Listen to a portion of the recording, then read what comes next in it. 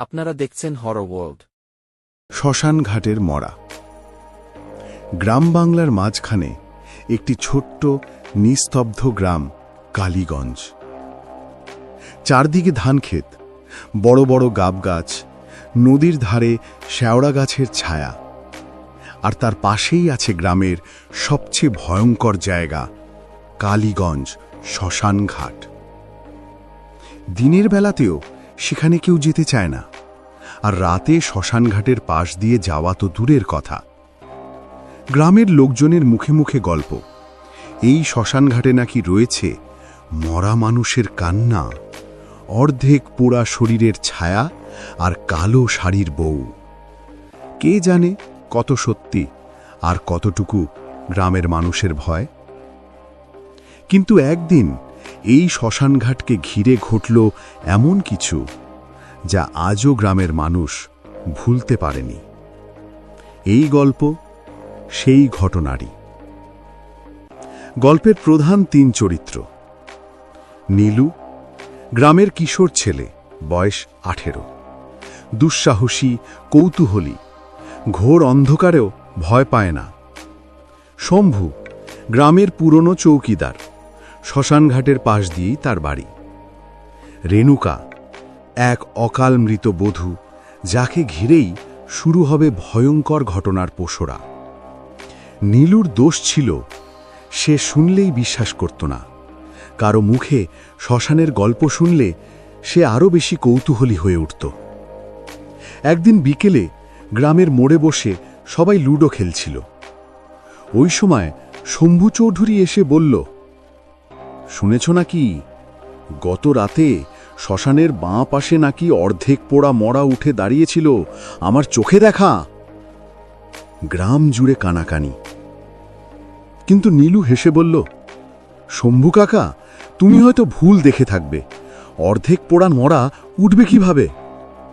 শম্ভু চোখ কুঁচকে বলল, তুই না দেখলে বিশ্বাস করবি না, কিন্তু মনে রাখ, শ্মশানের আগুন যখন কারো শরীর পুরোটা পুড়তে পারে না, তখন তাদের আত্মা শান্তি পায় না। তারা হাঁটে, ফিরে বেড়ায়। সবাই ভয়ে চুপ, কিন্তু নীলু নিজের মনে সিদ্ধান্ত নিল আজ রাতেই সে শ্মশানঘাট যাবে। সেদিন পূর্ণিমার রাত। গ্রামের উপর নেমে এসেছে অসহ্য স্তব্ধতা। দূরে শিয়াল ডাকছে। রাত 11টা। নীলু ঘর থেকে চুপি চুপি বেরিয়ে লণ্ঠন হাতে শ্মশানের পথে হাঁটতে শুরু করল। পথে কিছুক্ষণ পর সে দেখল শ্মশানের দিক থেকে আসছে একটা অদ্ভুত গন্ধ। জলা কাঠের, পোড়া চুলের আর ধূপের গন্ধ মিশে অদ্ভুত এক ঘ্রাণ। নীলুর বুক একটু ধড়ফড় করল বটে, কিন্তু পা থামাল না। শ্মশানে ঢুকতেই সে দেখল এক কোণে আগুন জ্বলছে, কিন্তু চারদিকে কেউ নেই। আর ঠিক আগুনের পাশে পড়ে আছে একটি অর্ধপোড়া দেহ, যেন আজই সন্ধেই দেহটি পোড়ানো হয়েছে।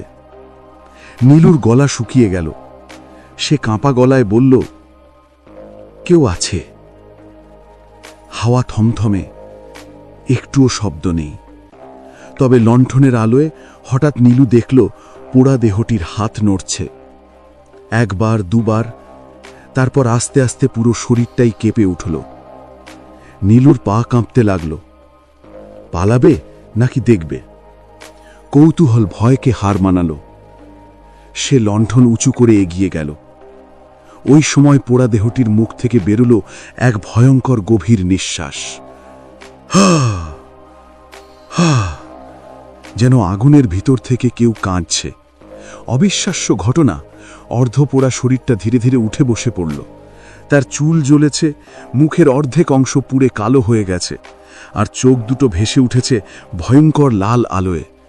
নীলুর মুখ শুকিয়ে গেল। সে পেছনে সরে গিয়েও চোখ সরাতে পারল না।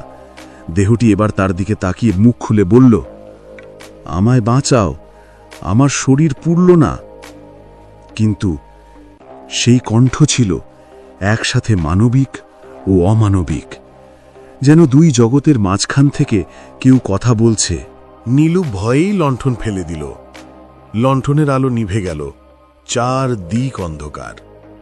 আর অন্ধকারের মাঝেই নীলু শুনল, ফিরে দে, আমার শাড়ি ফিরিয়ে দে। ঠিক তখনই হিমেল হাওয়ার মতো একটা অদ্ভুত শীতলতা ছড়িয়ে পড়ল। চারদিকে ম্লান ধূপের গন্ধ, বাতাসে শূন্য সুর, আর আগুন নিজে নিজেই দপদপ করে বাড়ছে। ধোঁয়ার ভেতর আস্তে আস্তে একটি নারী আকৃতি ফুটে উঠল। মাথায় লম্বা চুল, পরনে ছেঁড়া কালো শাড়ি। তার মুখে কোনো মাংস নেই, শুধু অন্ধকার খোলা চোখের গর্ত। সে নরম স্বরে বলল, আমার শাড়ি কারা নিয়েছে? আমি ফিরে আসতে পারছি না। নীলু মনে মনে ভাবল, এ কি সত্যি ভূত? নারীটি ধীরে ধীরে তার দিকে এগিয়ে এলো। তার পায়ের শব্দ নেই, মাটি স্পর্শ না করেই ভেসে চলছে। হঠাৎ সে কেঁদে উঠল, আমার মৃত্যুর পরেও আমাকে অপমান করা হয়েছে, আমার শাড়ি নিয়ে গেছে তারা। নীলুর মাথা ঝিমঝিম করে উঠল। ধোঁয়ার ভেতর নারীটি নিজেই নিজের গল্প বলা শুরু করল। আমার নাম রেণুকা। আমার স্বামী আমাকে ভালোবাসত না।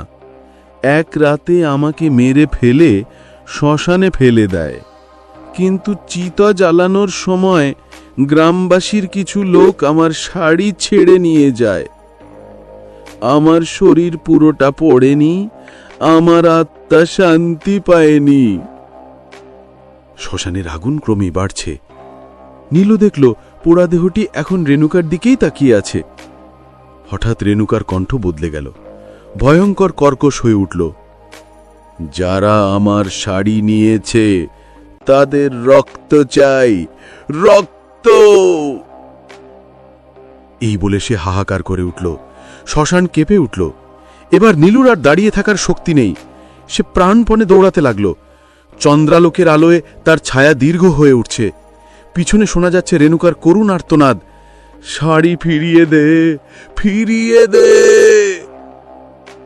দৌড়াতে দৌড়াতে নীলু প্রায় অচেতন হয়ে পড়ল। শেষমেশ শম্ভুর দরজায় গিয়ে অজ্ঞান হয়ে গেল। নীলুকে জ্ঞান ফেরালে শম্ভু ব্যাকুল হয়ে জিজ্ঞেস করল, কি দেখলি বল, কি হয়েছে? সব শুনে শম্ভুর মুখ থমথমে। সে বলল, রেণুকার ঘটনা সত্যি। তার শাড়ি 3 জন লোক চুরি করে নিয়ে গেছিল। তারপর থেকে 3 জনই অদ্ভুতভাবে মারা গেছে। তাদের মৃত্যুর দিন রাতে শ্মশানে অদ্ভুত কান্না শোনা যেত।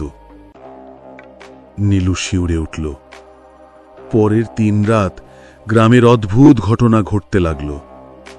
রাতে শ্মশান থেকে নারী কণ্ঠের উচ্চ চিৎকার, অর্ধপোড়া দেহের ছায়া চলাফেরা, বাতাসে তীব্র পোড়া দেহের গন্ধ, কুকুর, বেড়াল, পাখি সবই আতঙ্কে পাগল হয়ে ওঠা। গ্রামের লোকেরা দিন 3 শ্মশান ঘাটে যেতে পারেনি। তবে গ্রামের প্রবীণদের বিশ্বাস, রেণুকার অপমানের প্রতিশোধ এখনো অসম্পূর্ণ। গ্রামের অন্যতম বৃদ্ধ রাজু ঠাকুর বললেন, রেণুকার শাড়ি যেদিন শ্মশানে ফিরিয়ে দেওয়া হবে সেদিনই আত্মা শান্তি পাবে। সমস্যা হলো, চোরদের কাছে থাকা শাড়িগুলো পাওয়া যাচ্ছে না। সবাই ভয় পেয়ে ঘরে লুকিয়ে আছে। শেষমেশ সাহস করে নীলুই এগিয়ে এলো। সে বলল, আমি যদি রেণুকার আত্মাকে শান্তি দিতে পারি চেষ্টা করব। সবাই তাকে থামাতে চাইলেও নীলু আর ফিরল না। রাত্রি 12টা। নীলু হাতে আগুন, ধূপ আর গ্রামের পুরনো সিন্ধুকে পাওয়া রেণুকার ছেঁড়া শাড়ির অংশ নিয়ে শ্মশানের দিকে হাঁটল। শ্মশান অদ্ভুত ঘেউয়ের মতো হিমশীতল। আগুন নেই, আলো নেই।